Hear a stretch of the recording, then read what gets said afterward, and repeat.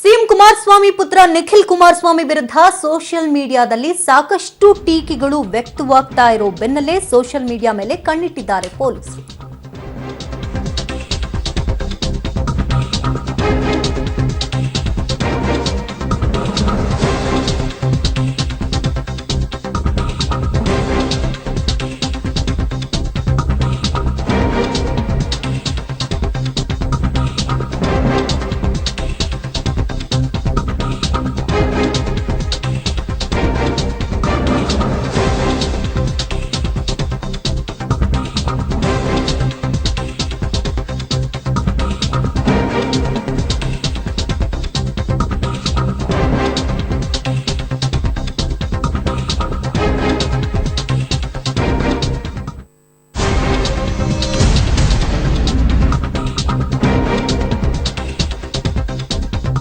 Nikhil go back ಚಳುವಳಿ ಸೇರಿದಂತೆ JDS ನಡೆ ಬಗ್ಗೆ ಸಾಕಷ್ಟು ಟೀಕೆಗಳು ಸಾಮಾಜಿಕ ಜಾಲತಾಣಗಳಲ್ಲಿ ವ್ಯಕ್ತವಾಗ್ತಾ ಇತ್ತು. ಈ ಟೀಕೆಗಳನ್ನ ಜೆಡಿಎಸ್ನವರೇ ಮಾಡ್ತಾ ಇದ್ದಾರೆ ಅಂತ ಹೇಳಲಾಗ್ತಾ ಇತ್ತು. ಇದರ ಬೆನ್ನಲ್ಲೇ ಸೋಷಿಯಲ್ ಮೀಡಿಯಾ ಮೇಲೆ ಕಣ್ಣಿಟ್ಟಿದ್ದಾರೆ ಪೊಲೀಸರು. ಜೆಡಿಎಸ್ ನಿಖಿಲ್ ಬಗ್ಗೆ ಟೀಕಿಸಿ ಪೋಸ್ಟ್ ಹಾಕೋರ ಮೇಲೆ ಹದ್ದಿನ ಗಣ್ಣನ ಇಡಲಾಗಿದೆ.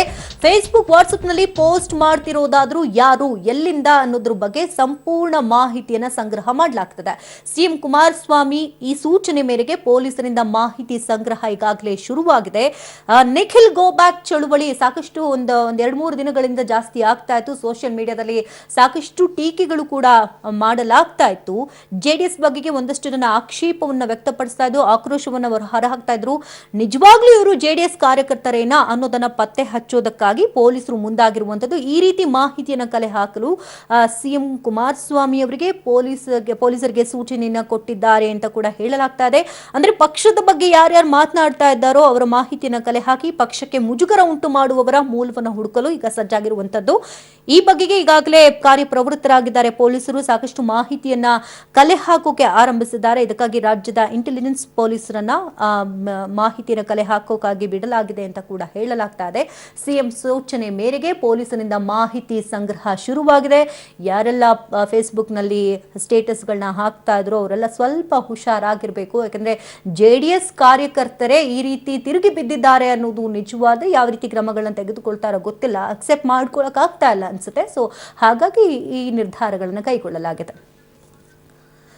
ಇನ್ನಷ್ಟು ಡೀಟೇಲ್ಸ್ ಅನ್ನ ಕಲೆ ಹಾಕೋಣ. ದೂರವಾಣಿ ಸಂಪರ್ಕದಲ್ಲಿ ಸಂತೋಷ್ ಇದ್ದಾರೆ. ಸಂತೋಷ್, ನಿಖಿಲ್ ಗೋ ಬ್ಯಾಕ್ ಚಳುವಳಿ ಹಾಗೆ ಸೇರಿದಂತೆ ಜೆಡಿಎಸ್ ನಡೆ ಬಗ್ಗೆ ಸಾಕಷ್ಟು ತೀವ್ರ ಆಕ್ರೋಶಗಳು ವ್ಯಕ್ತ ಆಗ್ತಾ ಇತ್ತು. ಇದರ ಬೆನ್ನಲ್ಲೇ ಪೊಲೀಸರನ್ನ ಮಾಹಿತಿ ಸಂಗ್ರಹ ಕಲೆ ಮಾಡೋದಕ್ಕೆ ಕೂಡ ಬಿಟ್ಟಿದ್ದಾರಂತೆ ಸಿಎಂ ಕುಮಾರಸ್ವಾಮಿ ಅವರು.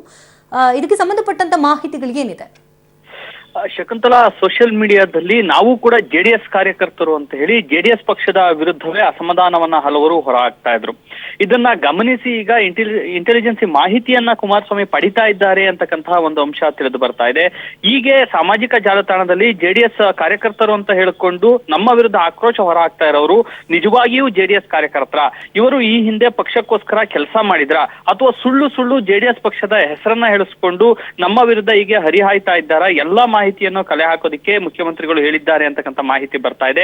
ಯಾಕಂದ್ರೆ ಜೆಡಿಎಸ್ ಪಕ್ಷದಿಂದ ತಮ್ಮ ಪುತ್ರ ನಿಖಿಲ್ ಕುಮಾರಸ್ವಾಮಿ ಅವರನ್ನ ಚುನಾವಣಾ ಕಣಕ್ಕೆ ಇಳಿಸ್ತಾ ಇದ್ದಾರೆ.